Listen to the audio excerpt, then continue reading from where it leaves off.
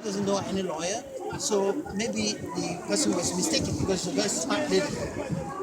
So when I got that, I moved away from my house and I went and stayed somewhere else.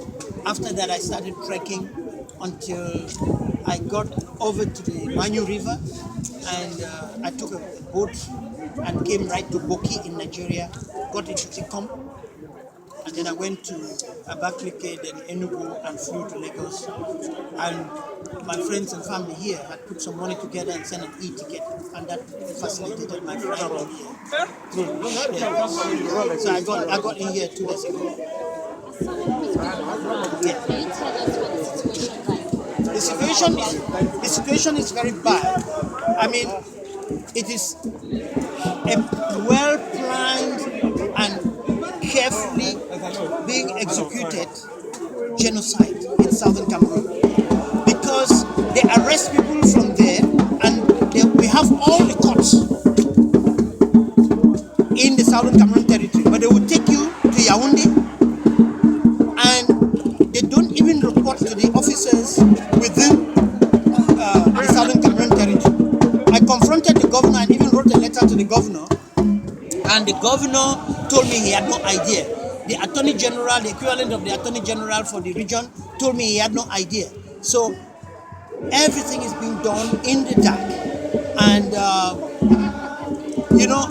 one of the magistrates actually confessed to me that they had reports that as the soldiers were moving in the night, they would see an ordinary civilian and they said, "Don't re-embark, give him a bullet," and they just shoot and carry on.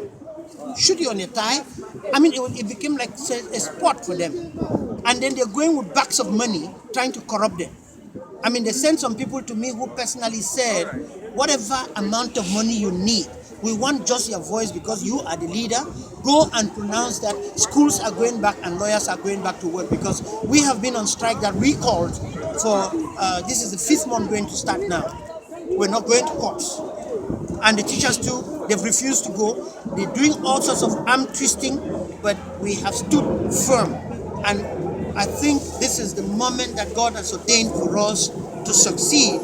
Because initially, for all these years, we have been having little associations, but for once, we are speaking like one people, and it makes a huge difference, both in the diaspora and in the territory itself.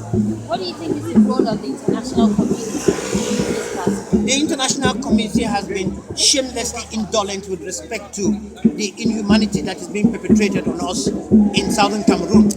And it is because it is a conspiracy of one of the principal actors in the Security Council, France and Great Britain. So we have also proposed that we're going to sue the UK government in the High Court of England for them to come back to the territory and complete their assignment, because they virtually abandoned us into the hands of the French. And that is why the French establishment, sort of operating within the ambit of a pact with the Cameroon establishment, are, crushing us as if to transform the southern Cameroon territory to a mere plantation without people. You're welcome.